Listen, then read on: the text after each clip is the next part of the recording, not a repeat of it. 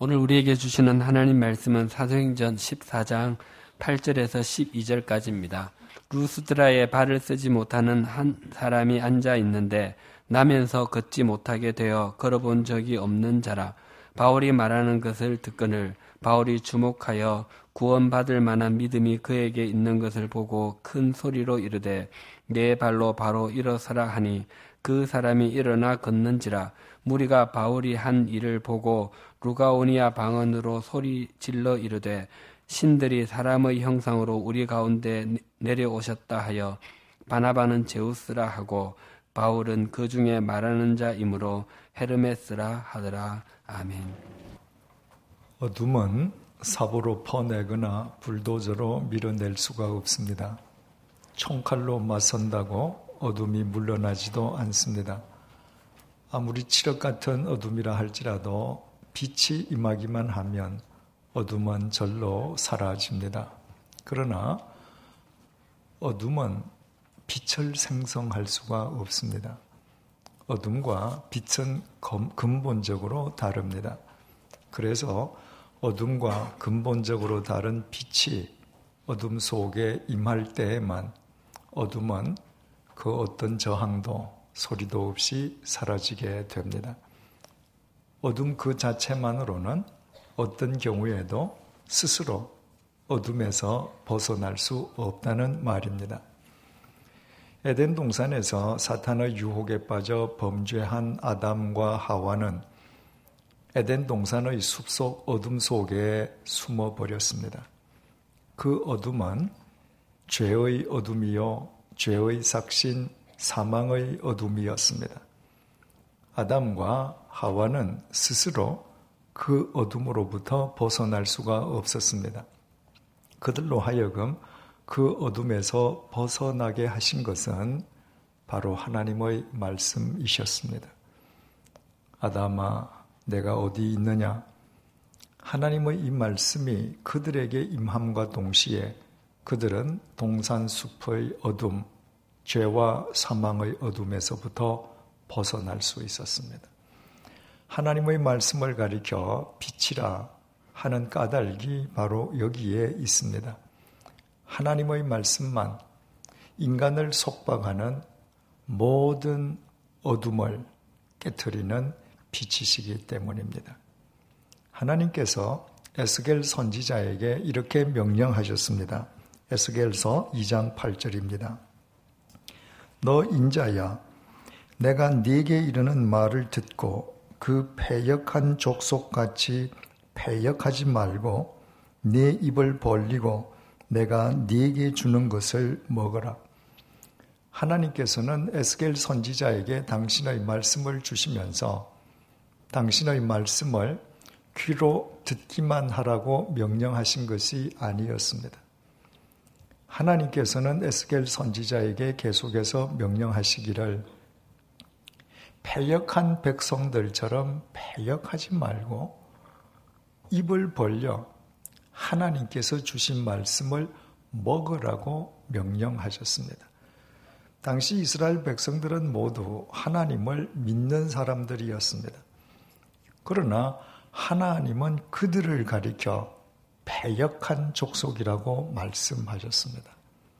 그들은 모두 하나님의 말씀을 단순한 공기의 진동으로 귀로만 듣는 사람들이었습니다. 하나님의 말씀을 한쪽 귀로는 듣고 나머지 귀로 흘려버리는 사람들이었습니다. 그래서 하나님 보시기에 그들은 패역한 인간들일 수밖에 없었습니다.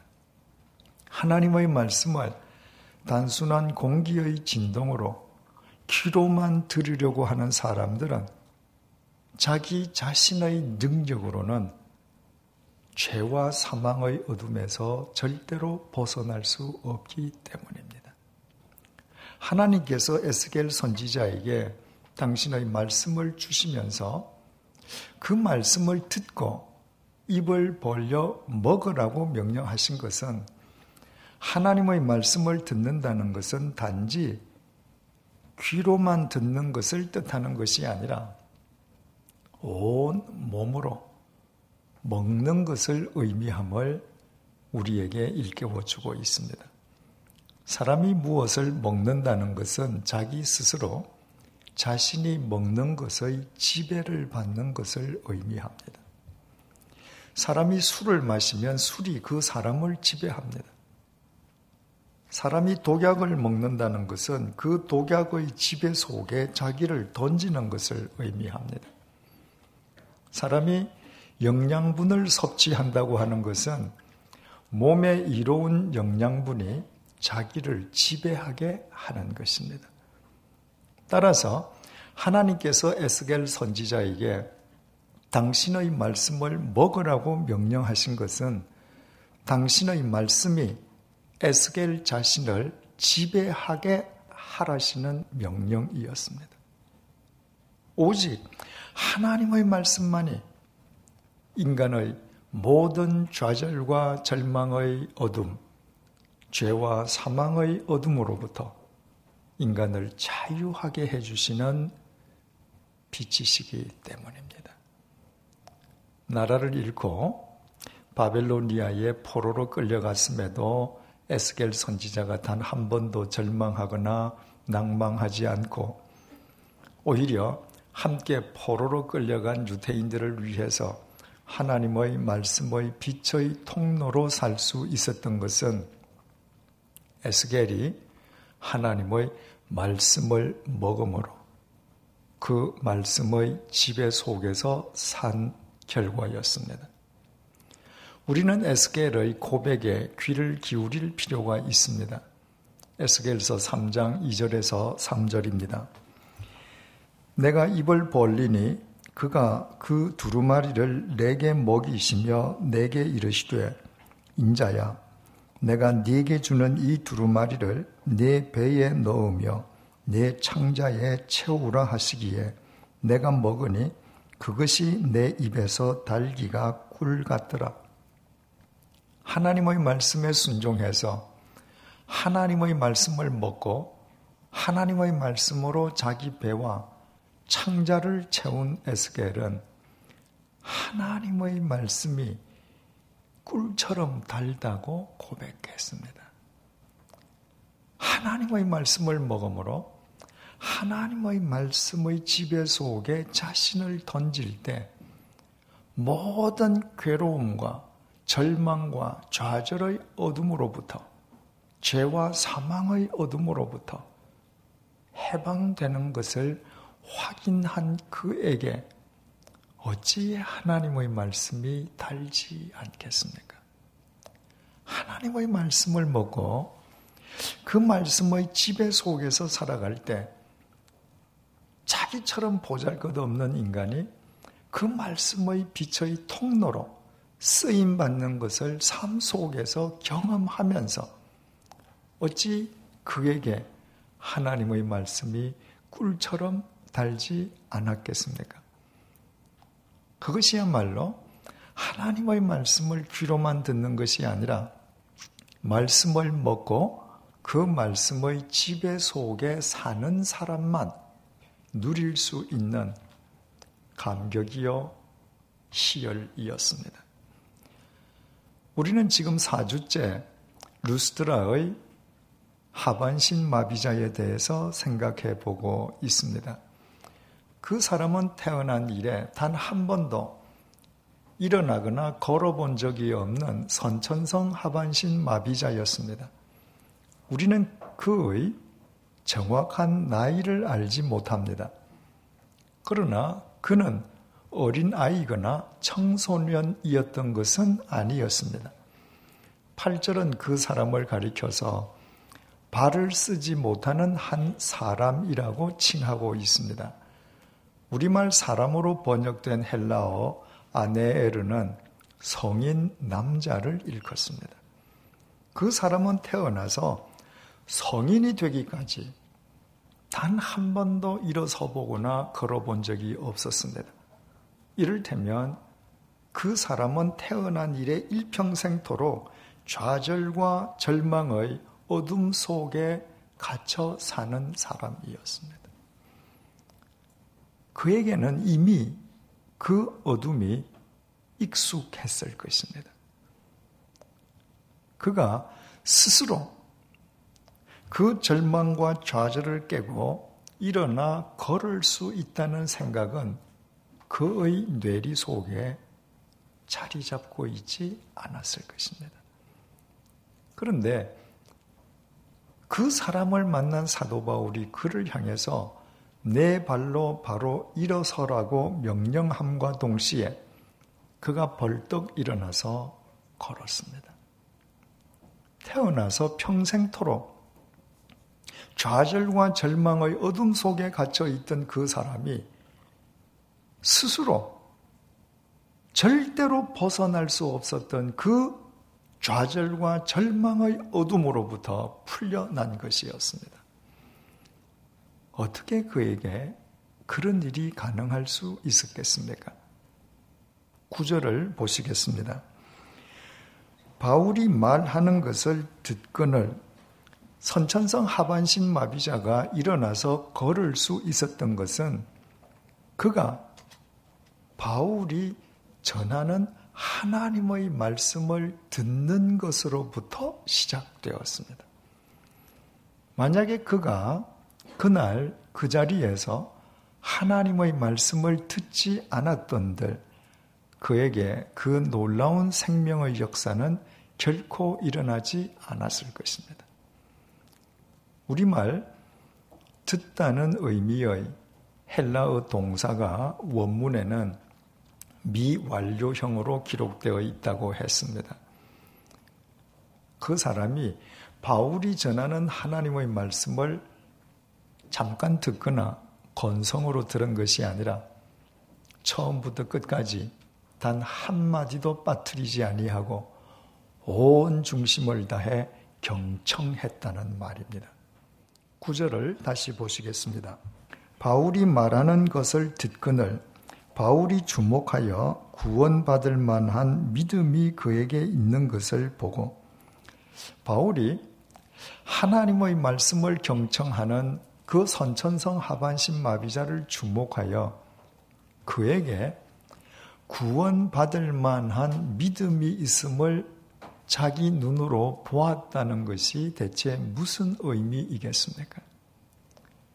그 선천성 하반신 마비자가 하나님의 말씀을 귀로만 들은 것이 아니라 온 몸으로 그 말씀을 먹고 있었다는 뜻입니다.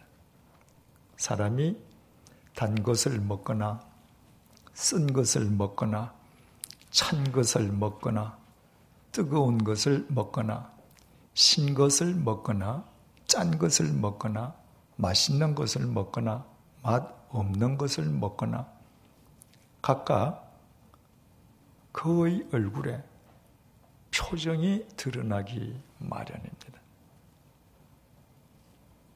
그러므로 누군가가 무엇인가를 입속에 넣고 먹고 있으면 그가 무엇을 먹고 있다는 것 자체가 그의 얼굴과 표정을 통해서 드러나게 되어 있습니다.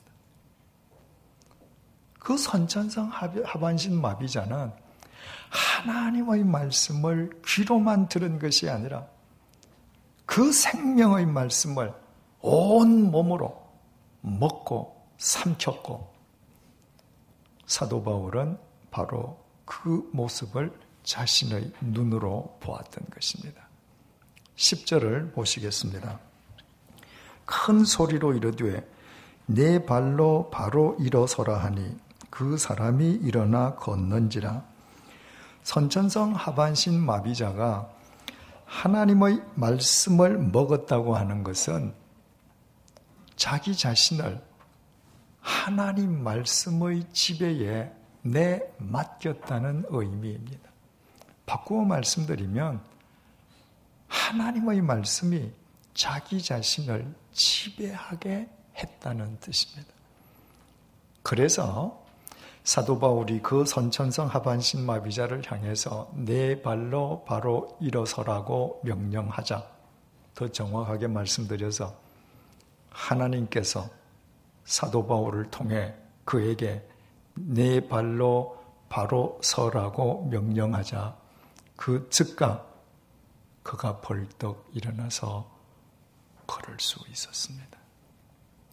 그가 하나님의 말씀을 먹고 하나님의 말씀의 지배에 자기 자신을 맡겼을 때 하나님의 말씀이 육체의 어둠으로부터 영혼의 어둠으로부터 그를 괴롭히던 모든 좌절과 절망의 어둠으로부터 죄와 사망의 어둠으로부터 그를 해방시켜 주셨기 때문입니다. 그날 그 선천성 하반신 마비자가 얻은 구원은 육체에 국한된 구원이 아니라 영혼의 구원까지 포함하는 전인적인 구원이었던 것입니다. 만약에 그날 그가 그 자리에서 사도 바울의 말씀을 귀로만 들었더라면, 말씀을 듣기는 들으면서도 그 말씀을 먹지는 않았더라면 그에게 그와 같은 생명의 역사는 절대로 일어날 수 없었을 것입니다. 어둠 스스로 어둠에서 벗어날 수 없는 것처럼 하나님의 말씀 아니고는 이 세상 그 누구도 좌절과 절망의 어둠, 죄와 사망의 어둠에서 벗어날 수 없기 때문입니다. 이런 의미에서 하나님을 믿는 우리 그리스도인에게 하나님의 말씀을 먹고 그 말씀의 지배 속에서 사는 것보다 더 중요한 것은 없습니다. 참된 믿음이 바로 거기에서부터 시작되기 때문입니다. 성경은 루스드라의 선천성 하반신 마비자가 일어나서 걷게 된 것을 증언해 주는 것을 끝으로 더 이상 이 사람에 대해서 언급하지 않습니다. 그래서 우리는 본문 이후에 과연 이 사람이 어떤 삶을 살았을 것인지 전혀 알 수 없습니다. 그럼에도 우리는 이 사람의 삶과 관련해서 한 가지 사실만은 자신 있게 말할 수 있습니다. 이 사람이 일어나서 걷게 된 이후에도 일평생토록 선천성 하반신 마비자로 살 때의 그 낮고 겸손한 마음으로 하나님의 말씀을 먹으면서 하나님의 말씀의 지배 속에서 살았다면 그의 삶은 하나님의 말씀의 통로가 되는 아름답기 그지없는 삶으로 엮어졌을 것입니다. 만약에 정상인의 삶을 얻은 그가 살아가면서 한순간이라도 하나님보다 두 발로 걷게 된 자신의 능력을 더 신봉했다면 그가 하나님보다 자기 자신의 능력을 더 신봉하는 그 기간 동안만큼은 그는 예전의 어둠의 시절로 되돌아가 버리고 말았을 것입니다. 다윗은 시편 19편 7절에서 10절을 통해서 하나님의 말씀을 이렇게 노래했습니다. 여호와의 율법은 완전하여 영혼을 소성시키며 여호와의 증거는 확실하여 우둔한 자를 지혜롭게 하며 여호와의 교훈은 정직하여 마음을 기쁘게 하고 여호와의 계명은 순결하여 눈을 밝게 하시도다. 여호와를 경외하는 도는 정결하여 영원까지 이르고 여호와의 법도 진실하여 다 의로우니 금 곧 많은 순금보다 더 사모할 것이며 꿀과 송이꿀보다 더 달도다. 다윗 역시 하나님의 말씀을 먹고 하나님의 말씀의 지배 속에서 살아가는 사람이었습니다. 그래서 다윗은 하나님의 말씀이 송이꿀보다 더 달다고 고백했습니다. 매일매일 하나님의 말씀을 먹고 그 말씀의 지배 속에서 살아갈 때 영혼의 어둠이, 눈의 어둠이, 마음의 어둠이, 몸의 어둠이, 무지의 어둠이 하나님의 말씀의 빛에 의해 깨어져 나가는 것을 자신의 삶으로 경험했기 때문입니다. 베들레헴 출신의 보잘것없는 무명의 목동에 불과했던 다윗이 블레셋의 거인 골리앗을 제압하고 이스라엘 모든 국민으로부터 사랑받는 이스라엘 왕이 될 수 있었던 것은 그가 하나님의 말씀을 먹고 삼키고 말씀의 지배 속에서 살았기 때문입니다. 그러나 이스라엘 왕이 된 다윗이 한순간 하나님보다도 자기 손안에 들어있는 권력을 더 신봉했을 때 그는 그 즉각 자기 충신의 아내를 범하고 알리바이를 위해서 그 여인의 남편, 자기 충복을 죽여버리는 폐륜을 서슴없이 저질렀습니다. 하나님의 말씀을 외면하는 순간 그 위대했던 다윗이 어둠의 자식으로 어둠의 나락으로 전락해버리고 만 것입니다. 나단 선지자의 질책을 받은 다윗이 하나님의 말씀으로 되돌아감으로 비로소 죄와 사망의 어둠에서부터 벗어날 수 있었음은 두말할 나위가 없습니다. 오늘 본문에서 루스드라의 선천성 하반신 마비자를 일으키는 하나님의 도구로 쓰임받았던 사도 바울은 후에 로마서를 기록하면서 로마서 10장 17절에서 이렇게 증언했습니다. 그러므로 믿음은 들음에서 나며 들음은 그리스도의 말씀으로 말미암았느니라. 믿음은 주님의 말씀을 듣는 것으로부터 시작한다는 것입니다. 그러나 여기에서 들음 역시 귀로만 듣는 것을 의미하는 것이 아니라 삶으로 먹는 것을 의미합니다. 하나님의 말씀을 먹어야 하나님의 말씀이 자신을 지배할 수 있고 자신에 대한 하나님의 말씀의 지배로부터 참 믿음이 시작하기 때문입니다.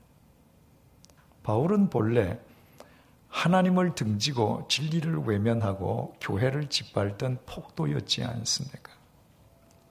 그러나 그 바울이 다메섹 도상에서 하나님의 말씀, 그 말씀의 빛에 사로잡힌 뒤 그는 참수형을 당하기까지 단 한 번도, 아니 참수형을 당하면서까지도 하나님의 말씀보다 자신의 능력을 더 믿는 자기 교만의 어리석음을 단 한 번도 범치 않았습니다. 그는 신약 성경의 4분의 1, 복음서를 제외하면 신약 성경의 3분의 1을 홀로 썼습니다. 2000년 전 그가 당시의 그리스도인들에게 보낸 편지가 모두 하나님의 말씀이 된 것입니다. 그가 매일 하나님 아버지의 말씀을 온 몸으로, 온 삶으로 먹고 말씀의 지배 속에서 산 결과였습니다. 위대했던 다윗마저도 한순간 하나님의 말씀보다 자기 권력을 더 신봉하다가 어둠의 자식으로 내팽개쳐지지 않았습니까? 그런데 어떻게 사도 바울은 하나님의 말씀의 빛을 만난 뒤에 일평생도록 단 한 번도 하나님의 말씀을 외면하지 아니하고 오직 말씀만을 쫓는 말씀의 삶을 일관할 수 있었겠습니까? 본문 11절을 보시겠습니다. 무리가 바울이 한 일을 보고 루가오니아 방언으로 소리질러 이르되 신들이 사람의 형상으로 우리 가운데에 내려오셨다 하여 선천성 하반신 마비자가 공개 장소에서 벌떡 일어나 걸었으니 그 현장에서 그 장면을 목격한 사람들이 얼마나 놀랐겠습니까? 그들은 로마 제국의 공용어 라틴어, 상용어 헬라어를 제쳐놓고 자신들의 지역 언어로 신들이 인간의 모습으로 내려오셨다고 소리를 쳤습니다. 그들은 모두 헬라 신화를 믿는 사람들이었기에 신들은 인간과 같은 모습으로 인간과 동일한 형태의 삶을 산다고 믿었기 때문이었습니다. 12절을 보시겠습니다. 바나바를 제우스라 하고 바울은 그 중에 말하는 자이므로 헤르메스라 하더라. 그들은 바울을 가리켜서 헤르메스라고 했습니다. 헤르메스는 헬라 신화 12명의 신 가운데에 가장 큰 주신인 제우스의 전령, 제우스를 대변하는 제우스의 사자 역할을 한다고 그 당시 사람들이 믿던 신입니다. 자기들이 보는 앞에서 설교도 바울이 했고 선천성 하반신 마비자에게 일어나라고 명령한 사람도 바울이었기 때문에 바울은 제우스의 전령 헤르메스임이 분명하다고 생각한 것입니다. 중요한 사실은 그들이 바울은 헤르메스라고 하면서 바나바를 가리켜서는 제우스라고 했다는 것입니다. 바나바는 아무것도 한 일이 없습니다. 설교하지도 않았고 명령하지도 않았습니다. 바나바가 한 일이 있다면 바울의 일행으로 그 현장에 입회하고 있었던 것밖에 없습니다. 그런데도 사람들이 그 모든 일을 주관한 바울을 가리켜 그들이 믿는 가장 큰 신 제우스라 말하지 않고 바나바를 가리켜서 제우스, 바울을 가리켜서는 그의 전령인 헤르메스라고 불렀다고 하는 것은 그들이 두 사람을 놓고 보기에 바울은 바나바에 비해서 외모가 형편없었기 때문입니다. 그래서 아무것도 하지 않았지만 풍채가 좋은 바나바를 주신 제우스라 하고 말을 한 바울은 그 주신의 뜻을 대변하는 헤르메스라고 간주했던 것입니다. 사도 바울은 자기 자신의 외모와 관련해서 고린도후서 10장 10절에서 이렇게 밝혔습니다. 그들의 말이 그의 편지는 무게가 있고 힘이 있으나 그가 몸으로 대할 때는 약하고 그 말도 시원하지 않다 하니 바울의 반대자들은 바울이 잘하는 것이라고는 글만 잘 쓸 뿐 실제로 바울을 만나면 외모도 형편없고 말도 어눌하다고 바울을 비난하곤 했습니다. 2세기경에 익명으로 기록된 바울 행전은 바울의 외모를 이렇게 전해줍니다. 작은 키의 대머리에 안짱다리이고 붙은 눈썹에 매부리 코다. 키가 작은 사람이 머리에는 머리카락이 하나도 없습니다. 다리가 휘어져 있습니다. 머리가 없는 사람이 눈썹은 붙어 있습니다. 거기에 코는 매부리 코입니다. 한마디로 추남입니다.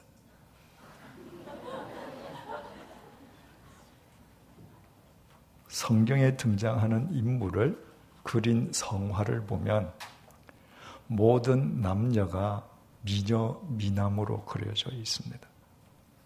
그러나 바울 얼굴을 그린 그 어떤 성화를 보아도 바울을 영화 배우처럼 미남으로 그린 그림이 없습니다. 오죽했으면 그 모든 일을 주관한 바울을 제쳐놓고 아무것도 하지 아니한 바나바를 제일 큰 신 제우스라고 그 현장에 있는 사람들이 판단했겠습니까? 그러나 바로 거기에 바울의 은혜가 있었습니다. 바울은 자신의 못났음을, 자신의 보잘것없음을 한평생 한순간도 잊지 않았습니다. 자기의 보잘것없음을 날마다 알고 살았기에 다윗처럼 한순간도 하나님의 말씀을 외면하다가 어둠의 나락으로 떨어지는 어리석음을 범치 않았습니다. 하나님의 말씀 아니고는 자기처럼 보잘것없고 못난 사람의 능력으로는 어떤 경우에도 영육간에 어둠의 속박에서 벗어날 수 없음을 너무나도 잘 알았기 때문입니다. 그래서 바울은 고린도후서 11장 30절을 통해서 나는 나의 약한 것들을 자랑한다고 고백했습니다. 자신의 약함을, 자신의 보잘것없음을, 자신의 형편없음을 잊지 않으므로 오직 하나님의 말씀을 먹고 그 말씀의 지배 속에 거하여 그 말씀의 빛으로 세상의 어둠을 깨트리는 강한 그리스도인으로 살았던 것입니다. 고흐의 하나님이란 책을 쓴 안재경 목사님은 바로 그 책 속에 이런 문구를 남겼습니다. 그리스도인은 날이 갈수록 약해지는 사람이다. 그리스도인은 갈수록 약해진다. 얼마나 가슴에 와닿는 말인지 모르겠습니다. 어떻습니까? 세월이 흘러갈수록 자신의 약함이, 자신의 못났음이, 자신의 보잘것없음이 더 절감되지 않습니까?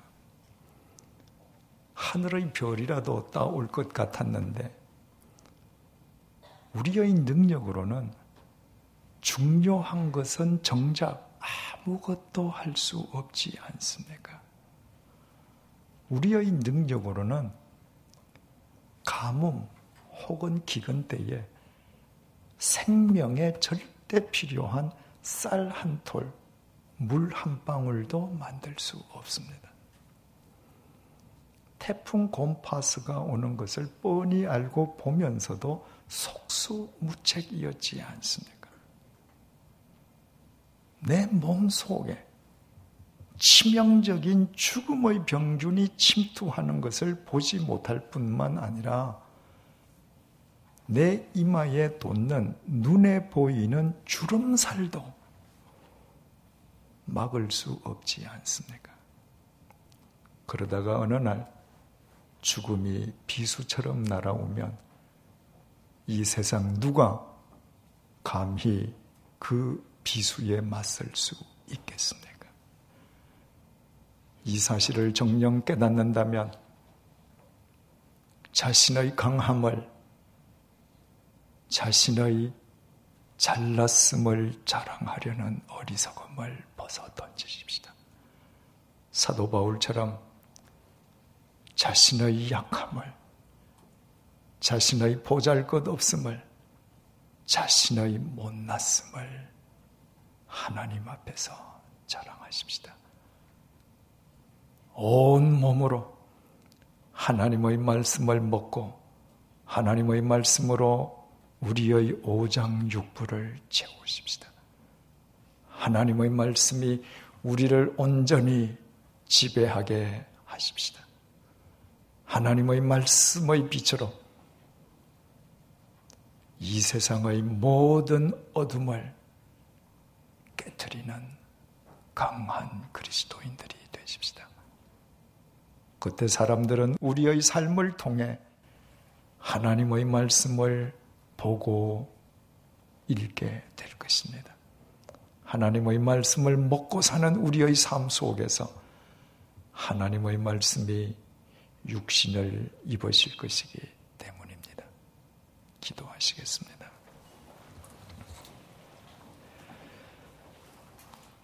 하나님을 믿는다는 내가 막상 일상의 삶 속에서 하나님의 말씀을 등지고 사는 것은 내가 잘났다는 착각 때문이요, 또 하나님의 말씀보다 나의 능력을 더 신뢰하는 어리석음 때문입니다. 그러나 내가 모든 것을 할 수 있을 것 같지만 실은 아무것도 할 수 없는 존재임을 이 시간 다시 한번 확인시켜 주셔서 감사합니다. 내 능력으로 집을 장만할 수는 있지만 행복한 가정을 얻을 수는 없고, 내 능력으로 침대를 살 수는 있지만 단 잠을 누릴 수는 없고, 내 능력으로 육체의 양식을 구할 수는 있지만 생명을 연장할 수는 없는 지극히 유한하고 무능한 존재임을 잊지 않도록 도와주십시오. 날이 갈수록 자신의 약함을 점점 더 아는 사람이 되게 해 주십시오. 사도 바울처럼 우리의 못났음이, 우리의 보잘것없음이 하나님 앞에서 날마다 우리의 자랑이 되게 해 주십시오. 하나님께서 내게 하나님의 말씀을 주신 까닭이 내가 잘났기 때문이 아니라 내가 보잘것없고 못났기 때문임을 늘 명심하며 살게 해 주십시오. 날마다 하나님의 말씀을 먹지 않고는 견딜 수 없도록 해 주십시오. 하나님의 말씀이 우리를 지배하시게끔 하나님의 말씀에 우리 자신을 내맡기게 해 주십시오. 하나님의 말씀의 빛 속에서 우리 영혼의 어둠이, 우리 마음의 어둠이, 우리 눈의 어둠이, 우리 무지의 어둠이 가셔지는 것을 경험하면서 하나님의 말씀이 송이꿀보다 더 닮을 날마다 맛보아 알게 해 주십시오. 그리하여 우리의 보잘것없고 못났음으로 인하여 역설적이게도 우리가 하나님의 말씀 속에서 누구보다 강한 그리스도인으로 살아가게 해 주십시오. 그와 같은 우리의 삶을 통해 하나님의 말씀이 육신을 입으심으로 이 세상의 어둠이 가셔지게 해 주십시오. 예수님의 이름으로 기도드립니다. 아멘.